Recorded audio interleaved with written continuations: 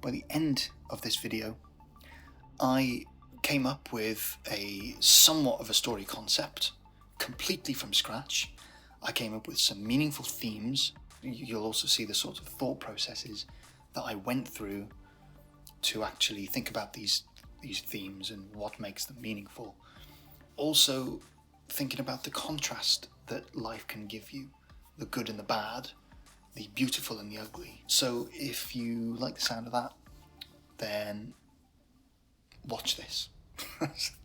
Okay, welcome to my layer of ice. Today you're going to witness me go through a series of reflections that I hope will help develop some good content to tell as a story. I haven't really thought about what medium this story would be told as.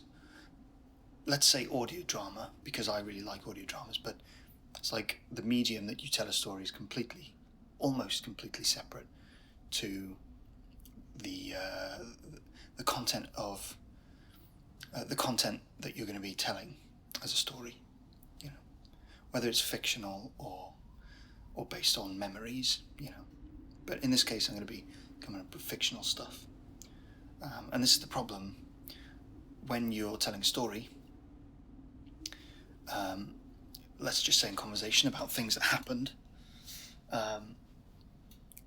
you already have the content, you have the memories, and you have the memories to reflect on. But when you're creating fiction, you have to actually come up with it. So all I'm starting with, I've got no ideas or no ideas about what I'm going to do. But all I'm starting with is the place, which is a snowy, Antarctic-y, cold sort of place.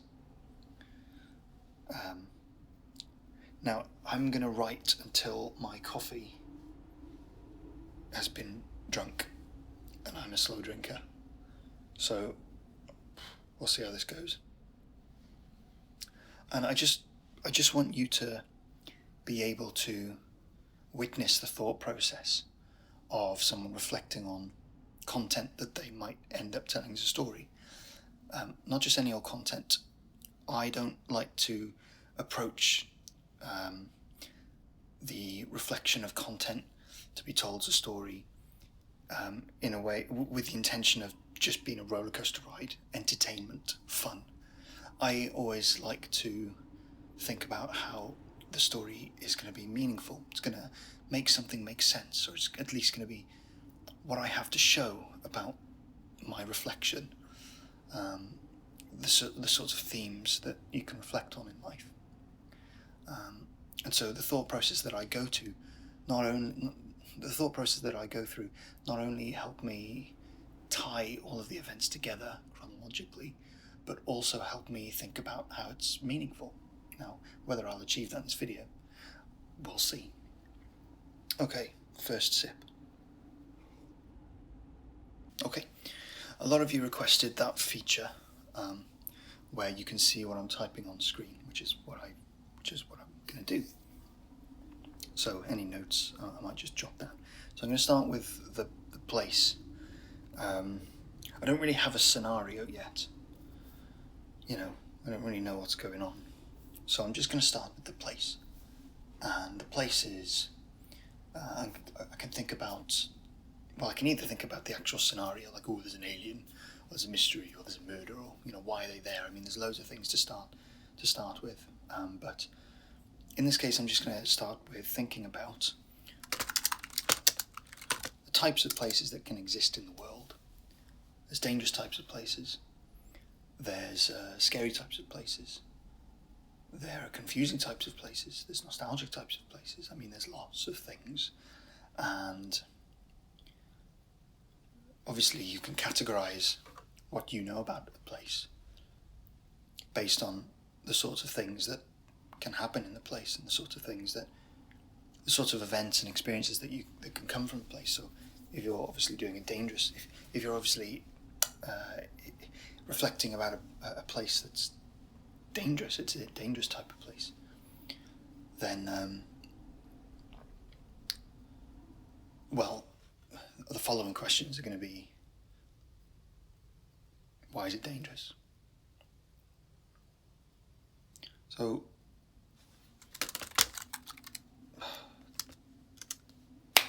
dangerous. You know what? Scary. Scary type of place.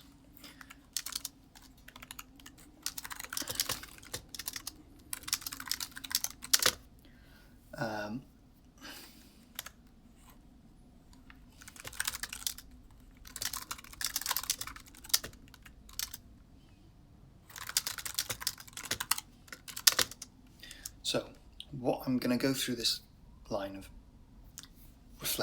I'm going to go through this sort of reflection process where I ask about what sort of things can happen in the place that make it scary.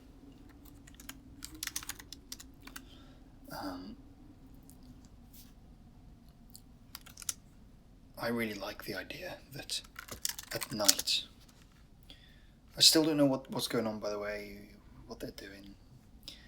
At night, when it's dark, I'm already coming up with ideas, by the way, that, you know, when you go through this and you think, at night, when it's dark and they're maybe camping, you think, camping in the Antarctic, isn't that going to be a bit cold? Yeah, but they've got special tents. Or maybe they're scientists. Or maybe they're campers in the future going off exploring and they have special equipment. I mean, there's loads of things. Maybe they're lost and they found an old science base. Then how did they get lost? I mean, there's this whole rabbit hole that you can just brainstorm loads of stuff. But that's not what I'm doing right now. I'm just thinking, what makes it scary? Well, at night when it's dark, outside, the wind is scary. Why is it scary? It howls.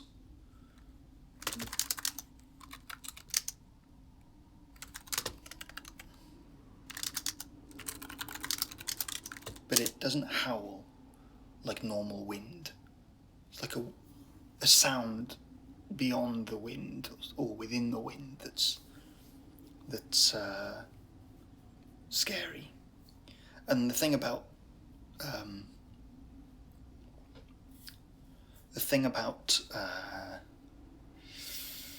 the fuck am I trying to say?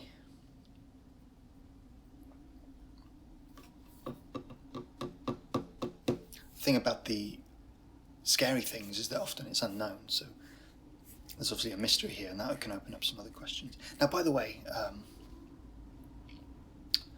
in the previous video I used some cards, or I used at least a printout of some cards that I've developed called the Storyteller Deck that helps me reflect on these sorts of ideas and helps me come up with ideas. I'm not using them for this video, I'm just going off of what I remember about them.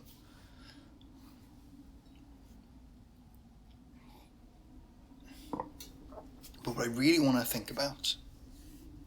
Okay, by the way, so now I've got some sort of scenario. I've just got something. They're in a place and there's scary stuff that goes on at night. And why wouldn't you want to tell a story about that?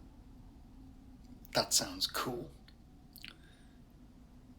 It sounds currently like a fun, immersive roller coaster ride, which I don't want to stop there because I like my stories to be meaningful. So I'm going to reflect on some themes that are meaningful, that are problems in life that you have to contend with and that you have to reflect on so that you can make sense of them.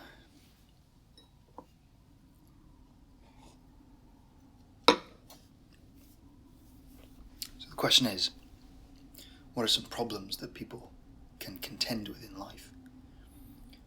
Well, one of the problems is your attitude towards life and the things that life presents you with.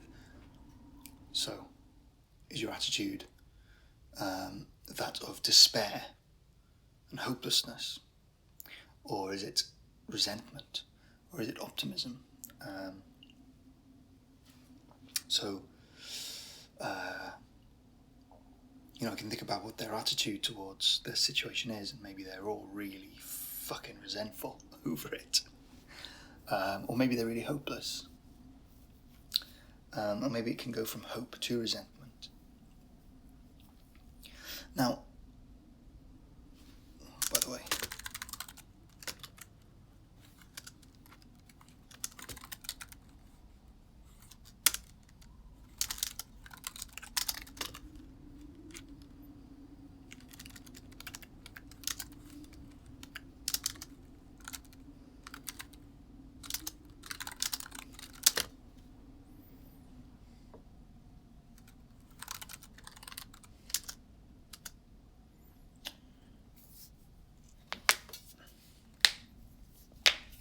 so when you're reflecting, what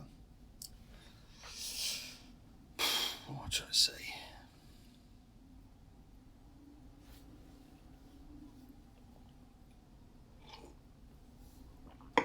These videos, by the way,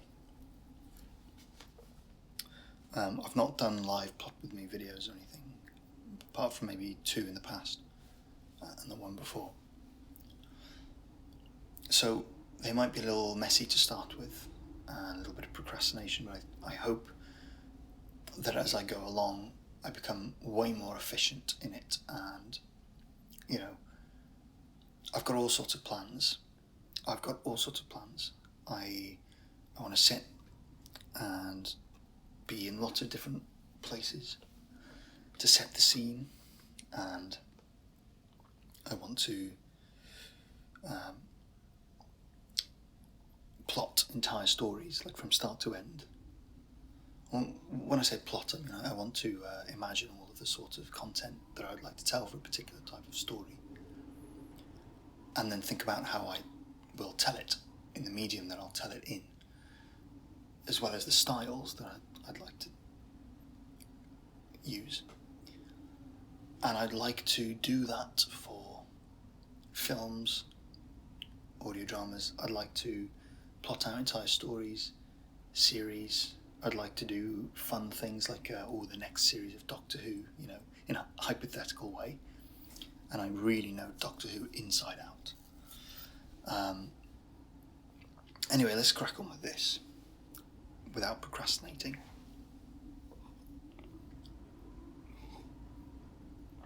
Also, one more thing.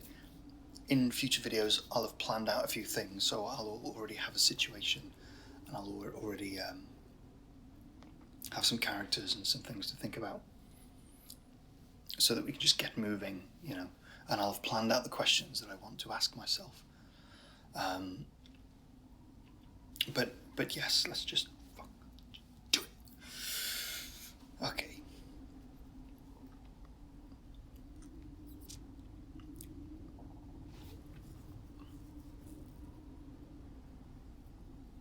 Okay.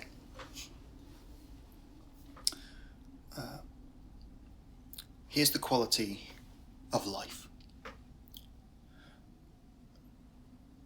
It's like you've been thrown in this boat, and you don't know how you got there. You were just thrown in there alone, and you're amongst this rocky ocean, and this is you from birth. And the quality of life is that from the moment you awake, life is going to start rocking you around. It's going to start causing cracks in the ship. You've got to constantly patch them up. And there's storms and it gets rough, and there's times where it's a little bit calmer, but you always have things to attend to, cracks to patch up. And if you don't attend to these situations in life that you always have to maintain, then you'll sink. And I feel like that's a good analogy for life. Let me just double check if that's still recording. Yeah. So, a lot of things, a lot of stories and a lot of real life situations involves people who,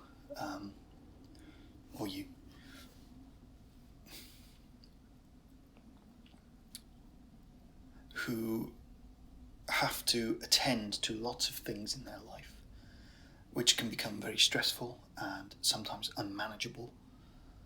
And in a lot of stories and in real life, sometimes you can stop being able to manage them. Cracks get bigger, situations get worse, and we want to maybe in this case think about the cracks that they're going to be facing. So obviously there's probably something to do with survival.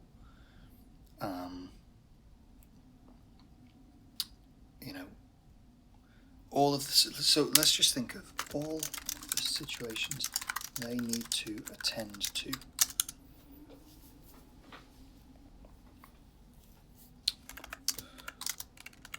And maintain, so they don't sink, metaphorically. And if you think about things like Spider-Man, where he has to balance being Spider-Man and his job and his relationship and all that stuff, and eventually it starts to fall apart. There's lots of things you've got to balance. Survival.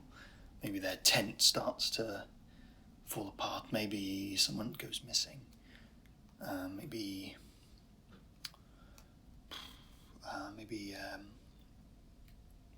I don't know. I mean, look. Remember that because I haven't really started out with any story concept. It's kind of hard to think about how that can affect anything meaningful. Like I've talked about the attitude here towards life. And look, if you have a bad attitude towards life, you're fucked. And it can be very easy to have a bad attitude towards life. It can be very easy to fall into despair or resentment. And when things get way too rough, then you start to carry that attitude towards certain things in life, whether it be whatever situation you're in, or people, or your attitude towards the future. And here's where it gets really meaningful. When situations get so bad that you fall into despair or even resentment, there are sorts of personalities that are going to emerge from you which can really fuck things up. You can, a sort of personality can emerge that appears as hopeless and useless. Let's just say that.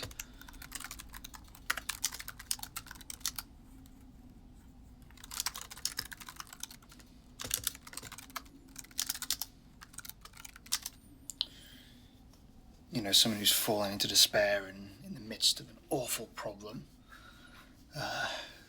This hopeless, utterly useless personality emerges. What else? What else?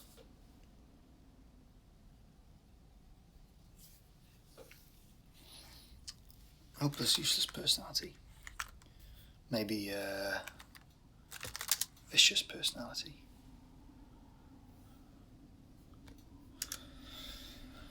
Someone can be vicious. It's always shocking when you see a unpleasant personality emerge. Here's the thing, is like, you can be a complete liability to yourself if you don't watch yourself. And in a difficult situation, there's this inner battle that can really, I don't know what I'm saying.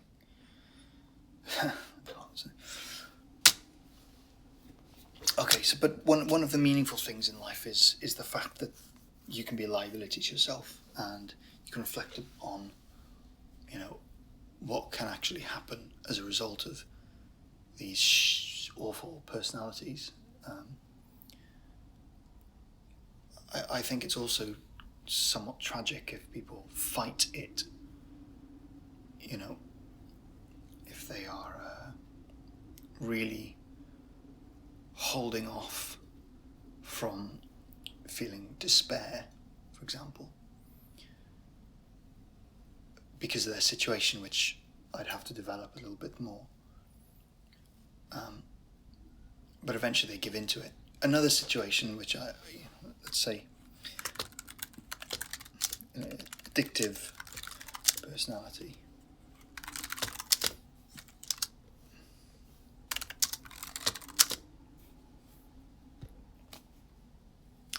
And I'd want to ask questions like, how long can they hold these off? What are the tragic things that can happen when they give into it? It's a sad fact of life that you can give into these personalities and, relationships fall apart. Your situation goes to hell. I guess it depends on the context of the stories, of the scenario, I mean.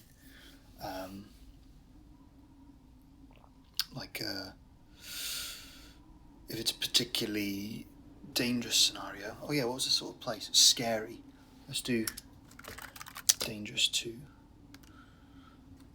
And then I'd want to think about what sort of experiences in the place can make it dangerous as well.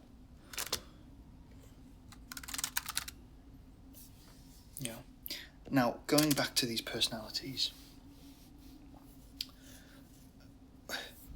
something that's going to be present in every story are signs. Oh, and one more thing.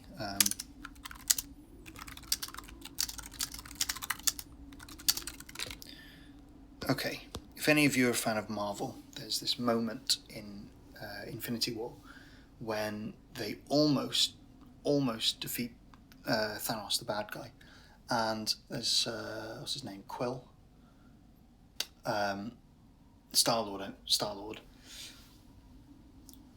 gets triggered and he becomes very impulsive and reckless. That's a personality that emerges from him, and he does something which fucks up the whole plan, and as a result it basically leads to Thanos winning, I think. It's sort of like how it goes, but at least that plan fucked up. And had they held off, lives would have been saved, and that's pretty tragic and meaningful to reflect on. Sort of when you can think about the results of what could have been, Oh, also, sometimes in life, because good things are fleeting, when things are rough, we can think back to the good times. And I guess you'd call this the calm before the storm. But I'm trying to talk about it in a more reflective sort of way. How you reflect on life, because that's really what you're doing when you're writing stories. You're reflecting on, well, in some cases, what was in your life when you're sort of like telling a story about memories, or you're reflecting on things that could be in another life. In this case, this story that I'm writing.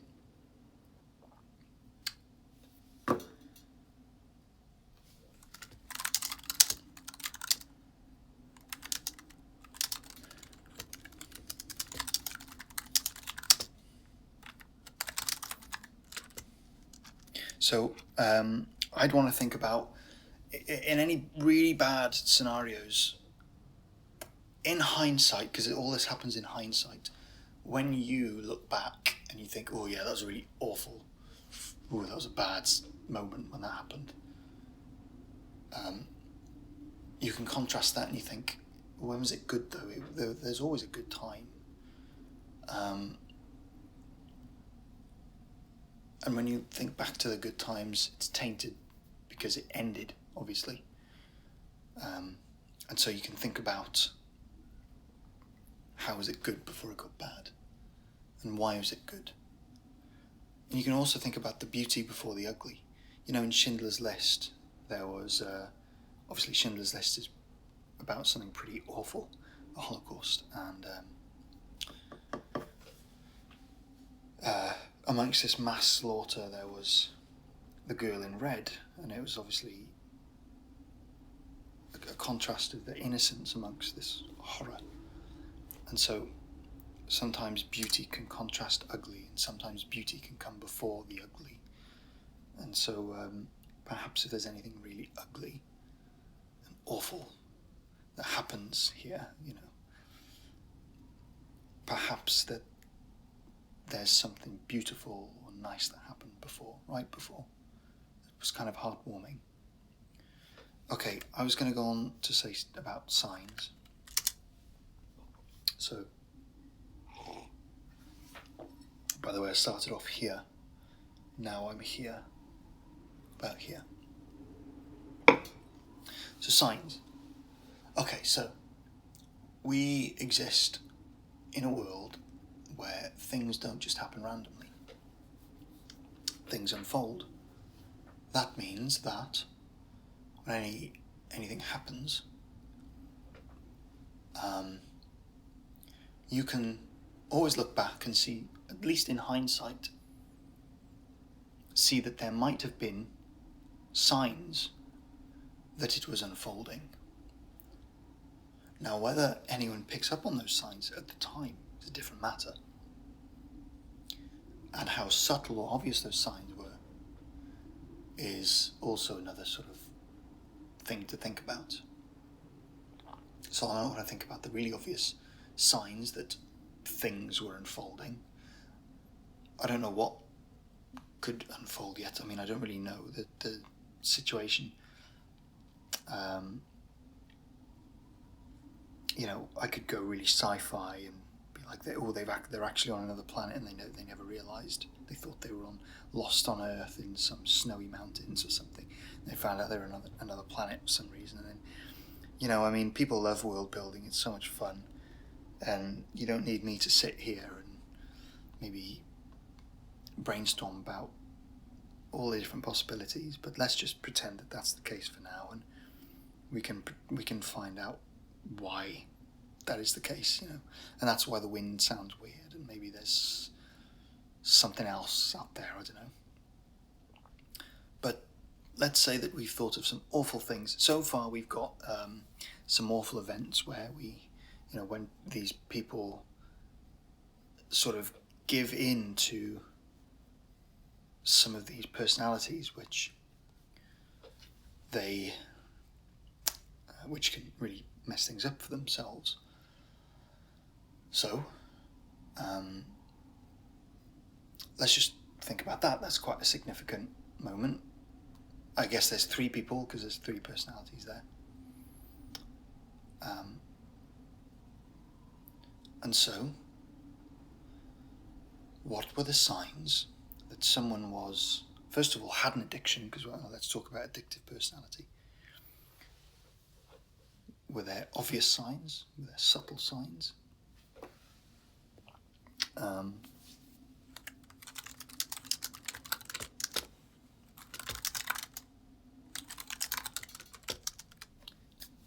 You know, there's this really cool type of experience that you can have, that you can witness in a story, and there's all sorts, but in this case it would be something like someone noticing a sign, like picking up on a sign.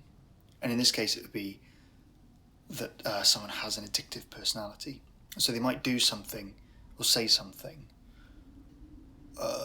or there's maybe something about them that one person notice, and you know,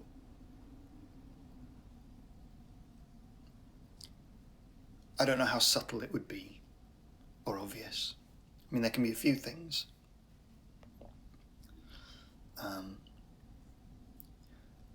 I'd also want to think about signs that someone had a particularly vicious personality, and signs that it was unfolding where this vicious personality was, they were struggling to sort of hold it back. And the same with the hopeless, useless personality. Get pathetic.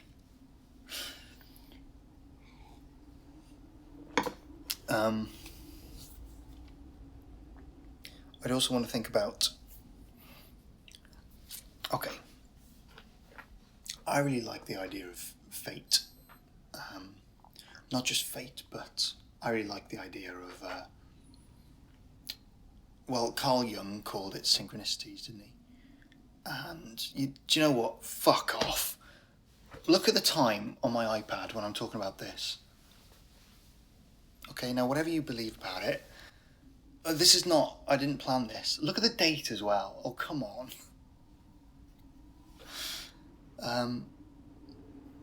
This better still be recording. Hold on. Yeah. Because I need a screen to make sure that it's recording.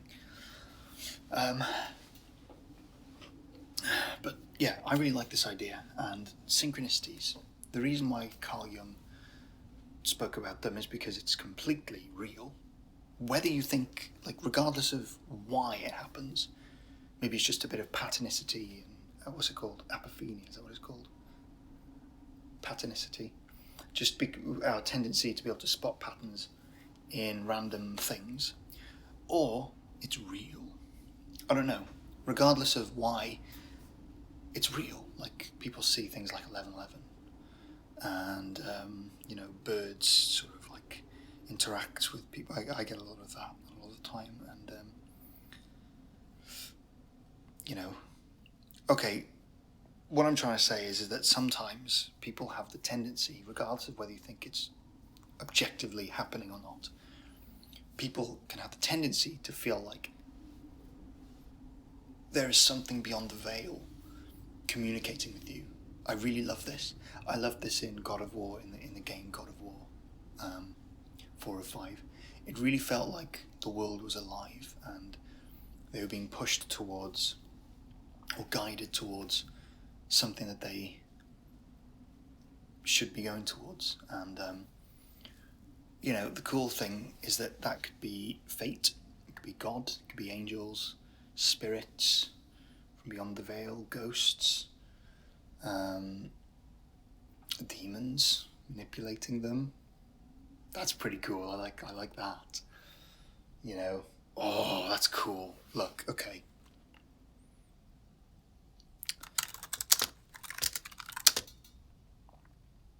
Signs that appear to be fate guiding them, but are in fact demonic, and the planet they are on is hell. That's cool. I like that. I like that.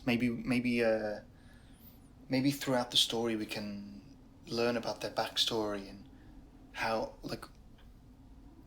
they don't remember being ending up there, and maybe they all remembered where they last came from, what the thing that they last remember, which is also another thing. Is you can think about reminders. People can see things that remind them. It's like a sound or a colour or a name. They go, oh yeah, there's a little flashback or something, and we start to get the impression as they discuss discourse, which is it's a type of situation to have discourse between each other. Is that the right way of saying it? People talk, and over the time, throughout all of the other things that happen, the dangerous things, the weird, mysterious things, the signs, the reminders, the bad, shitty personalities that can arise, their attitudes and their struggle with their attitudes and fighting with their feelings, their felt attitude versus their chosen attitude, which is a big deal. Out of all of that, you start to gradually get the idea that maybe this is not only is this not Earth, but it's don't know, maybe they're dead. Maybe they all died. Maybe they were all really shitty people. Maybe some of the signs that they had these bad personalities is the things that they talked about in their previous life. You know, maybe they were just really shitty people. Now they're in hell. Maybe they rejected God. Maybe, you know, you don't get into heaven by being a good person. Maybe they all thought they were good people, and I don't know. So, but that's relevant because maybe I want to write a story about that sort of belief system, that sort of way of thinking, and how it can fuck you up, and how it can, how you can misconceive it, and how you can, you know. Remember, this is just my story. I'm the way I think about stories is. The way I think about stories is. It's what you want to tell, first and foremost. You know, and you tell stories because you think that, well, you recognise that people are like you, and if it's important to you, then it'll be important to other people as well. And the problem with, you know, the professional industry of stories is that, well, their stories are products, and they want to make sure that it's important to as many people as possible because then they make more money. You know, so it does constrain the level of creativity and the sorts of stories writers want to tell, but, you know. Okay, I feel like, I'm sure you also feel like you do these brainstorming sessions and you kind of hit a wall. And let me just finish my coffee.